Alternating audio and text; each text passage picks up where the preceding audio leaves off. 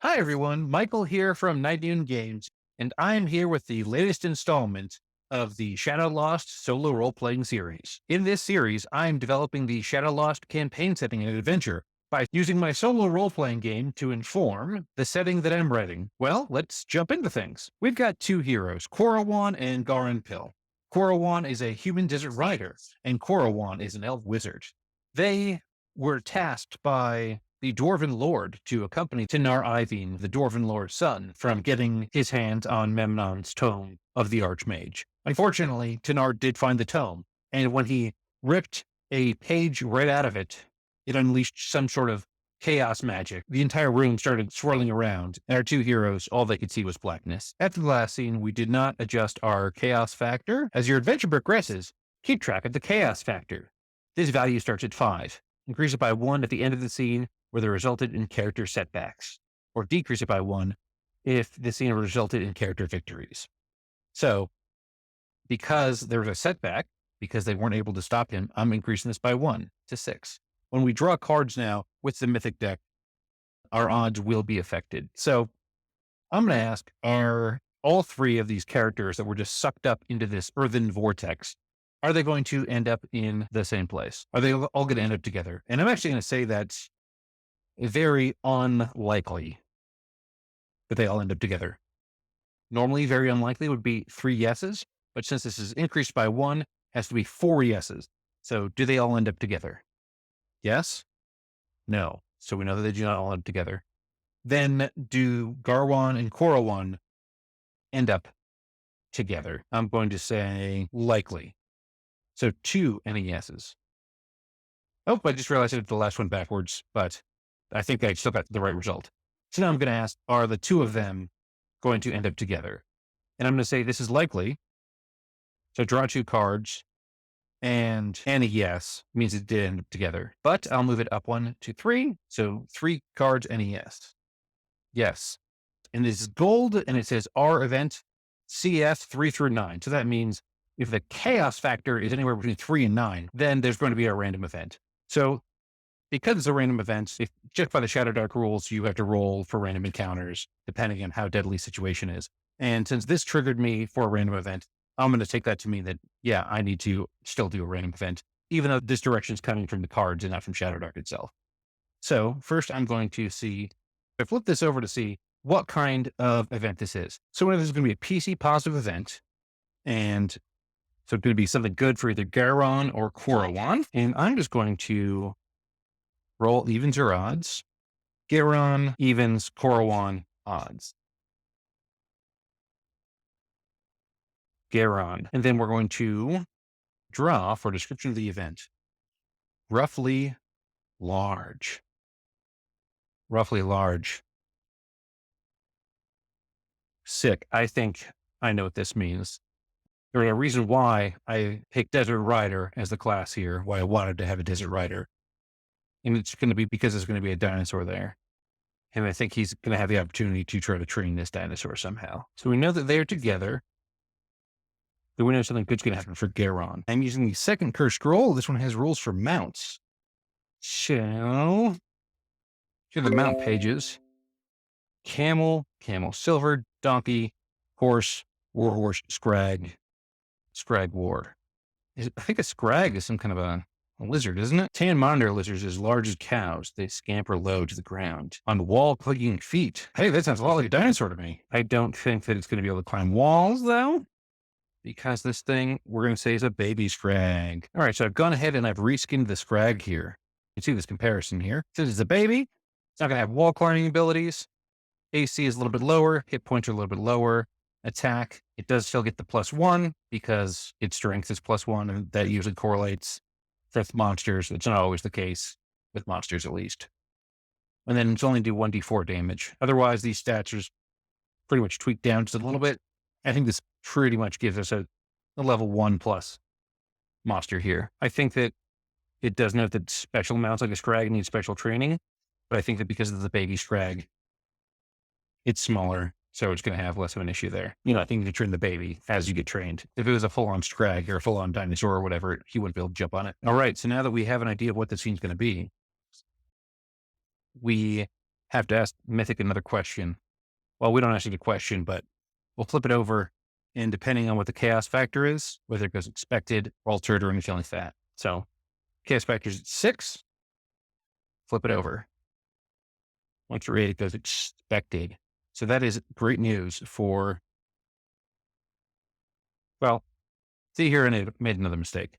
If they were doing something mundane, like checking in with someone or something like that, you could follow this, but they don't know what to expect. And I was silly for drawing this card to even set up the scene. I should have just gone with my gut. So I don't want the card to decide whether or not Garon can mount a baby scrag and like keep it as its steed or whatever, because I think that I want to role play that.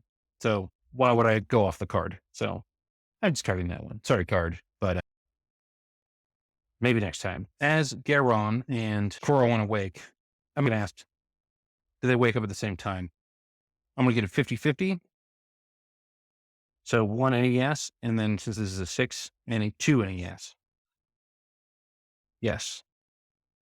They wake up at the same time. They're holding their heads. They're not feeling good.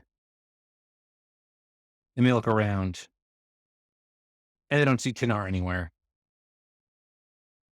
The region they are in is they're standing up and dusting themselves off, trying to account for if they have everything they came with. Okay. Did Qurowan lose anything when he got sucked into the ground in the temple? Did he lose any items?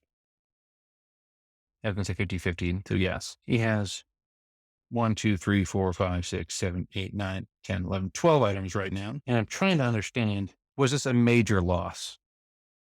I'm going to say unlikely. So 2, they all have to be yes, and that gets bumped up to 1, which is yes, because it's being a little more chaotic. Well, I always kind of struggle with how to ask questions. And honestly, if you have a trick for remembering this, please let me know in the comments, because I just always get this backwards. So the thing I have problems with is how to ask the question based on what the chaos factor is. So I really try to ask the questions so that the affirmative answer moves things along, but I don't know if that's always the right. I think what I'm missing there is I should always be asking questions that, 1, move it along, and then 2, move it along in a positive direction for the characters. So I think that I'm actually asking this question backwards when I say, is it a major loss? I should be saying, since that would be set the characters back and the chaos factor is higher, I should want the likelihood of normalcy to kind of return back to the 5.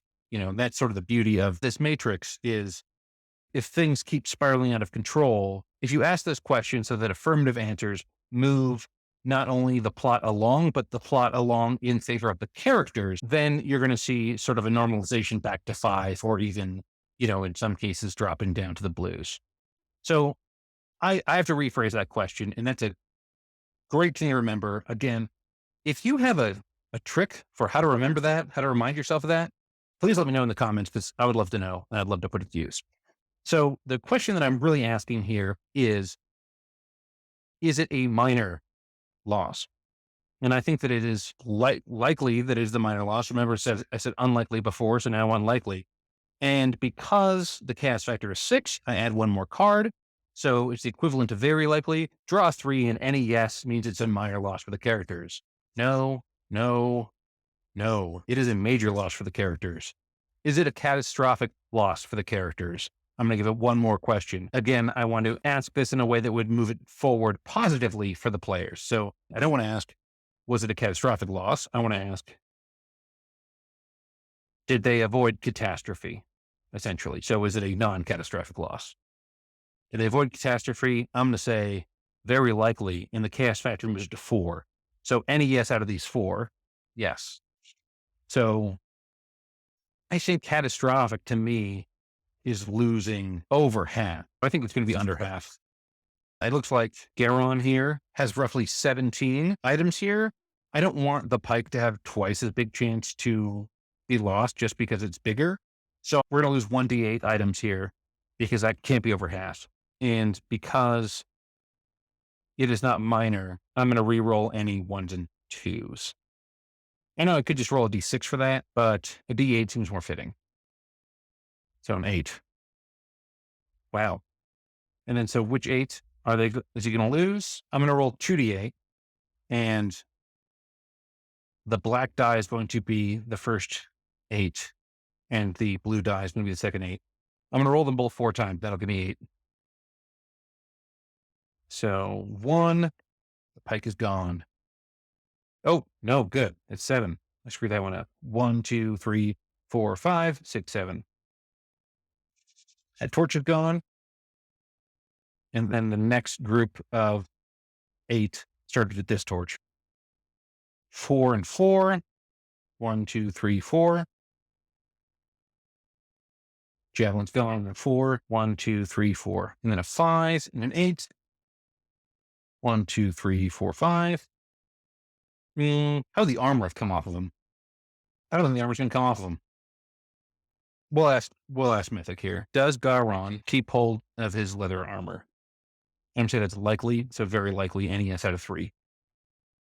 Yes, he keeps hold of it. So he's safe from that one. And I don't think that's a cop out, because leather armor would be like hard to be like ripped off your body by some elements. Then 5, 1, 2, 3, 4, 5. Grappling hook. Last one. We avoided that, losing that pike. 1, 2, 3, 4, 5, 6, 7. It's one that's already been lost, so I'm actually going to let that slide. I think that's makes sense. And then a 5. 1, 2, 3, 4, 5. That one also was already taken. So Garon is going to have lost a javelin, 2 torches, 60 feet of rope, and a grappling hook. And then Qurowan, he's got 12. So we're going to roll 2d6s. D12, the best dice. Speaking of D12s, if you haven't seen my most recent Kickstarter, which is called Blades and Heart, it's just $1. You can get it on my itch page. And a fantasy hack of lasers and feelings using a D12. I had like 171 people get it from me during the Kickstarter campaign, which was a ton of fun. And it was really great to see that kind of support. So check that out. I'll put a link below to the itch page. You can get it for just $1. Check it out if you want to support me. I'd really appreciate that. All right. So what are they going to be losing here? 1, 5, 3, and 4. Staff is gone. 3 rations are gone. 3. Dagger's gone. And 4. Dagger's gone. So I just realized I meant to roll a d6 to decide how many out of 6. But I think 4 is plenty, so I'm just going to go with that.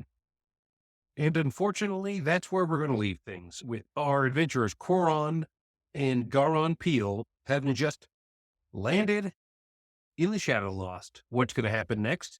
Well, I guess you're going to have to subscribe to this channel to find out. You can also sign up to my mailing list. There's a link down below in the description for that, where you can also find links to my itch and my Twitter and my Instagram and all that good stuff. And if you have any questions about this campaign or anything about playing solo, feel free to ask me down in the comments. Until our next adventure, stay inspired and keep those dice rolling. Thanks for watching.